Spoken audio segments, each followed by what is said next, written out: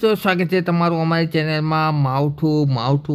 માવઠું સતત ઘણા દિવસથી માવઠાનો પ્રહાર છે એ સૌરાષ્ટ્ર ગુજરાતમાં જોવા મળી રહ્યો છે। મિત્રો તમે જોઈ શકો છો અહીં આગામી દિવસ એટલે કે આગામી 36 કલાકમાં ફરીથી એક પશ્ચિમી વિક્ષોભની પેટર્ન છે એ બની રહી છે। જોઈ શકો છો તમે કઈ રીતના આ સિસ્ટમ છે એ આકાર લેશે તારીખ 7ના સમયે છે અને જેના હિસાબે છે સૌરાષ્ટ્ર કચ્છમાં ફરીથી એક વખત માવઠું ખેડૂતો માટે પરેશાની અને માથાના દુખાવા રૂપ સાબિત થશે। મિત્રો પવનોની પેટર્ન જોઈ શકો છો તમે કઈ રીતના આ મોટી સિસ્ટમ છે એ પશ્ચિમી વિક્ષોભ છે એ પશ્ચિમ તરફથી આવી અને સૌરાષ્ટ્ર ગુજરાતમાં આપશે માવઠું। તેને લગતી સંપૂર્ણ વાત કરીશું, માટે વિડીયો પૂરો જોવા વિનંતી।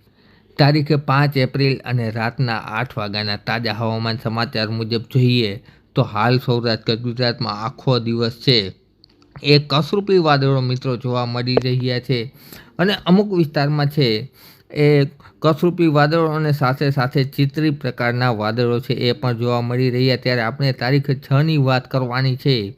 6 તારીખના રોજ તમે ફરીથી જોઈ શકો છો અરબ સાગરમાં છે એ વાદળો સારા એવા જોવા મળશે અને જેના હિસાબે અમુક વિસ્તારમાં અરબ સાગરમાં છે એ ઝાપટા જોવા મળશે। ત્યારબાદ આપણે વાત કરીએ સૌરાષ્ટ્ર ગુજરાતની તો 6 તારીખ બપોર બાદ ફરીથી વાતાવરણમાં પલટો આવશે અને માવઠાની અસર પશ્ચિમી વિક્ષોભની અસર શરૂ થશે, જેમાં ખાસ કરીને સૌથી પહેલાં વાત કરીએ તો પાકિસ્તાન અને કચ્છ બોર્ડરની આસપાસ છે એ માવઠાની હલચલ જોવા મળશે, એટલે કે છાટાછૂટી જેવું માવઠું છે એ જોવા મળશે મિત્રો। ત્યારબાદ આપણે સૌરાષ્ટ્ર ગુજરાતની વાત કરીએ। સૌરાષ્ટ્રમાં ખાસ કરીને 6 તારીખ અને સૌરાષ્ટ્રમાં છે અમુક વિસ્તારમાં છૂટા છવાયા સીમિત વિસ્તારમાં જેમ કે જૂનાગઢ અને અમરેલી વચ્ચેનો ગીરનો વિસ્તાર છે તેમાં અને આ ઉપરાંત બોટાદ આસપાસના વિસ્તારમાં સીમિત વિસ્તારમાં છાટાછૂટી જેવું ફક્ત માવઠું જોવા મળી શકે છે। 6 તારીખે કોઈ મોટું માવઠું થવાની શક્યતા નથી અને ફક્ત સીમિત વિસ્તારમાં છાટાછૂટી અને ખાટા વાદળો થોડાક દેખાશે મિત્રો।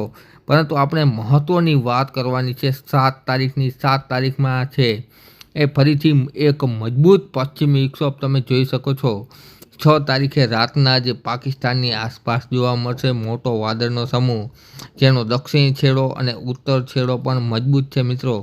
તો આ માવઠું લઈને આવી રહ્યું છે પશ્ચિમી વિક્ષોભ। આપણે 7 તારીખની વાત કરીએ તો 7 તારીખના વહેલી સવારથી જ છે એ કચ્છના વિસ્તારોમાં તેમજ સાથે સાથે છે એ દ્વારકા અને જામનગર અને પોરબંદરના વિસ્તારમાં સારા એવા વાદળો વહેલી સવારે જોવા મળશે મિત્રો। ત્યારબાદ આપણે વાત કરીએ તો સવારના 8થી 9 વાગ્યે છે એ ઉત્તર ગુજરાતની આસપાસ છે છૂટા છવાયા વિસ્તારમાં છે માવઠું જોવા મળશે મિત્રો। મોટા સમાચાર 7 તારીખ સવારથી જ માવઠું છે છૂટા છવાયા વિસ્તારમાં ઉત્તર ગુજરાતમાં જોવા મળશે અને સાથે સાથે નલિયા તેમજ ખાવડા વિસ્તાર આ ઉપરાંત રણ વિસ્તારમાં પણ છે માવઠું જોવા મળશે મિત્રો। ત્યારબાદ આપણે વાત કરીએ 7 તારીખ અને બપોરના 12 વાગ્યાના તાજા હવામાન સમાચાર મુજબ કચ્છના ઘણા વિસ્તારોમાં માવઠું જોવા મળશે, જેમાં કચ્છની સૌથી પહેલાં વાત કરીએ તો કચ્છના નલિયા આ ઉપરાંત ભુજ વિસ્તાર, માંડવી તેમજ મુન્દ્રા, ગાંધીધામ, અંજાર, રાપણ આ ઉપરાંત ખાવડા તેમજ લખપત, અબડાસા વિસ્તારમાં રણ વિસ્તારમાં છે એ સારું એવું માવઠું જોવા મળશે। જોકે માવઠું છે એ છૂટા છવાયા વિસ્તારમાં જોવા મળશે મિત્રો, સાર્વત્રિક જોવા નહીં મળે। ત્યારબાદ આપણે સૌરાષ્ટ્ર તરફ નજર કરીએ તો દ્વારકા, કલ્યાણપુર, ખંભાળિયા, સલાયા, જામનગર આ ઉપરાંત રિલાયન્સ વિસ્તાર તેમજ લાલપુર, જામજોધપુર સાથે સાથે ભાણવરમાં, પોરબંદર સહિતના વિસ્તારોમાં છે એ બપોરના સમયે છે છૂટાછવાયા વિસ્તારમાં માવઠું જોવા મળશે મિત્રો। ત્યારબાદ આપણે જૂનાગઢ તરફ એક ઝાંખી મેળવીએ તો જૂનાગઢ, ત્યારબાદ વંથલી વિસ્તાર, કેશોદ વિસ્તાર, માંગરોળ વિસ્તાર, ઘેડ વિસ્તાર આ ઉપરાંત વેરાવળ, ગીર વિસ્તાર આસપાસ, સુદ્રાપાડા તેમજ ઉના સહિતના કોડીનાર સહિતના વિસ્તારોમાં છૂટાછવાયા વિસ્તારમાં છે એ ઝાપટા જોવા મળશે બપોરના સમયે। ત્યારબાદ આપણે વાત કરીએ સુરેન્દ્રનગરની ચોટીલા તેમજ સુરેન્દ્રનગરથી દક્ષિણમાં આ ઉપરાંત બોટાદથી ઉત્તરમાં, સાથે સાથે વાત કરીએ તો મોરબીમાં તેમજ ટંકારા વિસ્તારમાં અમુક વિસ્તારોમાં છે છૂટાછવાયા વિસ્તારમાં માવઠું જોવા મળશે મિત્રો બપોરના 12 વાગ્યાથી 1 વાગ્યાના સમયમાં। ત્યારબાદ આપણે આગળ વધીએ। ઓહો, તમે જોઈ શકો છો મિત્રો ફરીથી હવામાન ચાર્ટ 7 તારીખ વાતે ખૂબ જ મજબૂત થયા છે અને માવઠાની તીવ્રતા એમ પણ કહી શકાય કે 7 તારીખના રોજ માવઠાની તીવ્રતા છે એ વધી ગઈ છે અગાઉની અપડેટ કરતાં. તો બપોર પછીના સમયની વાત કરીએ 3 વાગ્યા બાદની, તો 7 તારીખના રોજ રાજકોટ, ચોટીલા, જસદણ, આ ઉપરાંત કાલાવડ તેમજ ગોંડલ, બોટાદ, સુરેન્દ્રનગર તેમજ ખંભાતનો વિસ્તાર, આ ઉપરાંત ભાવનગરની આસપાસના વિસ્તારોમાં ગાજવીજ સાથે વરસાદ છે એ જોવા મળશે મિત્રોને. એ સિવાય પણ ઘણા વિસ્તારોમાં ગાજવીજ સાથે અને પવન સાથે વરસાદ જોવા મળશે મિત્રો. ત્યારબાદ આપણે આગળની વાત કરીએ તો સાંજના સમયે છે એ સૌરાષ્ટ્રમાંથી છે એ માવઠાની તીવ્રતા ઓછી થશે, જ્યારે તળ ગુજરાત એટલે કે ગુજરાત રિજિયન વિસ્તારમાં, પાલનપુરમાં, થરાદ, વાવ વિસ્તારમાં, મહેસાણામાં, બનાસકાંઠામાં, સાબરકાંઠામાં, હિંમતનગરમાં, ગાંધીનગરમાં, અમદાવાદમાં, કડી કલોલ વિસ્તારમાં, વડોદરા તેમજ દાહોદ, આ ઉપરાંત ખંભાત વિસ્તારમાં એમ કહી શકાય કે માવઠાની તીવ્રતા સાંજના સમયે ઘણા વિસ્તારોમાં જોવા મળશે, જેના હિસાબે છૂટા છવાયા વિસ્તારમાં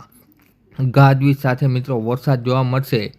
ત્યારબાદ આપણે રાતની વાત કરીએ તો રાતના સમયે પણ મહેસાણા તેમજ અમદાવાદ, આ ઉપરાંત રાજસ્થાન અને મધ્યપ્રદેશ બોર્ડર આસપાસના દાહોદ અને ગોધરા વિસ્તારોમાં પણ માવઠું જોવા મળશે મિત્રો. અને સાથે સાથે સૌરાષ્ટ્રના પણ રાતના સમયે અમુક વિસ્તારોમાં ઝાપટા છે એ પડી શકે છે, જેમ કે પોરબંદર, આ ઉપરાંત રાજકોટ સહિતના વિસ્તારોમાં. ટૂંકમાં કહીએ તો 7 તારીખ ફરી ખેડૂતો માટે એક ચિંતારૂપી સાબિત થઈ શકે છે મિત્રો, અને સાબિત થવાની પણ છે, કારણ કે 7 તારીખના રોજ છે એ માવઠાની તીવ્રતા સારી એવી જોવા મળશે. ત્યારબાદ આપણે નેક્સ્ટ 8 એપ્રિલની વાત કરીએ મિત્રો, તો 8 એપ્રિલના રોજ પણ છૂટા છવાયા વિસ્તારમાં માવઠું જોવા મળશે મિત્રો, પરંતુ 7 એપ્રિલ કરતાં સીમિત વિસ્તારમાં જોવા મળશે, જેમાં ખાસ કરીને દક્ષિણ ગુજરાતના વડોદરા, આ ઉપરાંત પૂર્વ ગુજરાતમાં દાહોદ, સાથે સાથે સુરત, આણંદ વિસ્તારમાં, ભરૂચ, અંકલેશ્વરમાં. ત્યારબાદ વાત કરીએ તો ભાવનગરની આસપાસના વિસ્તારમાં, આ ઉપરાંત રાજકોટના સીમિત વિસ્તારમાં તેમજ જૂનાગઢથી પોરબંદર વચ્ચેના વિસ્તારોમાં અમુક વિસ્તારોમાં છે એ છાટાછૂટી જેવો વરસાદ જોવા મળશે મિત્રો, સવારના સમયે એટલે કે સવારે 10 થી 12ના વચ્ચે.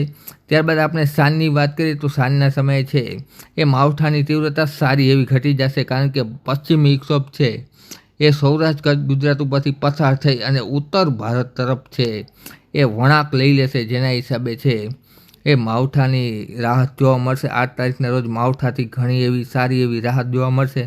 અને ત્યારબાદ આપણે મિત્રો 9 તારીખની વાત કરીએ તો 9 તારીખમાં ફક્ત સીમિત વિસ્તારમાં છે એ ખાસ કરીને દરિયાકાંઠાના વિસ્તારોમાં છે એ ઝાપટા જોવા મળશે. એ સિવાય પૂરા રાજ્યમાં છે એ રાહત જોવા મળશે 9 તારીખના રોજ છે.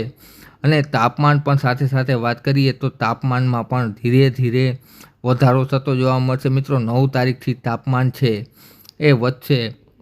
અને તાપમાનની વાત કરીએ તો મહત્તમ તાપમાન બપોરનું છે એ મોટા ભાગના વિસ્તારોમાં 36થી લઈ અને 38 ડિગ્રી જેટલું જોવા મળશે મિત્રો. મોટા સમાચાર, 9 તારીખથી તાપમાનમાં વધારો થવાનો છે. ત્યારબાદ આપણે આગળની વાત કરીએ 11 તારીખની, તો 11 તારીખના રોજ પણ કોઈપણ પ્રકારના વાદળ કે માવઠું છે એ સૌરાષ્ટ્ર ગુજરાતમાં જોવા નહીં મળે. આકરી ગરમી અને તાપ છે એ જોવા મળશે. સૂર્યનારાયણ છે, સૂર્યદાદા સારા એવા દર્શન આપશે. અને તમે આ તરફ જોઈ શકો છો, પશ્ચિમમાં ફરી માવઠાની વરસાદની એક્ટિવિટી, વાદળનો સમૂહ જોવા મળી રહ્યો છે, પરંતુ તે છે એ ફક્ત સીમિત વિસ્તારમાં છે, એટલે કે નાનું પશ્ચિમી વિક્ષોભ છે જેની અસર સૌરાષ્ટ્ર ગુજરાત સુધી નહીં જોવા મળે મિત્રો.